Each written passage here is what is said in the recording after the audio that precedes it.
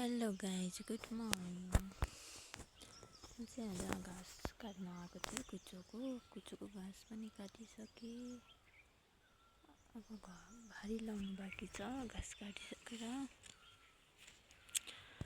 गाउँमा यस्तै हो, कुचोको घाँस काट्नुपर्छ गाई गोरुलाई। अहिले पाउने भनेको कुचोको घाँस हो।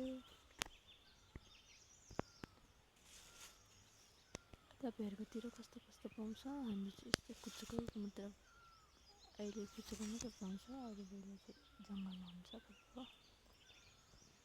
अनि गाई कता कताबाट हेर्दै हुनुहुन्छ कमेन्ट गर्नु होला। भिलेज लाइफ यस्तै हो। कुचोको घाँस यति थुप्रो छ पछाडि। यता चाहिँ मेरो भारीहरू हो। चराहरू पनि कराउँदैछ।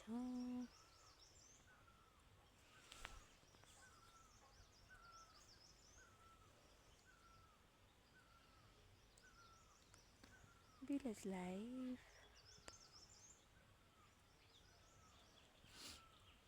सबैले मेरो यो भिडियो हेरेर मन पराइदिनु होला, लाइक गरिदिनु होला, कमेन्ट पनि छोडिदिनु होला, अनि सब्सक्राइब पनि गरिदिनु होला यो मेरो युट्युब च्यानललाई।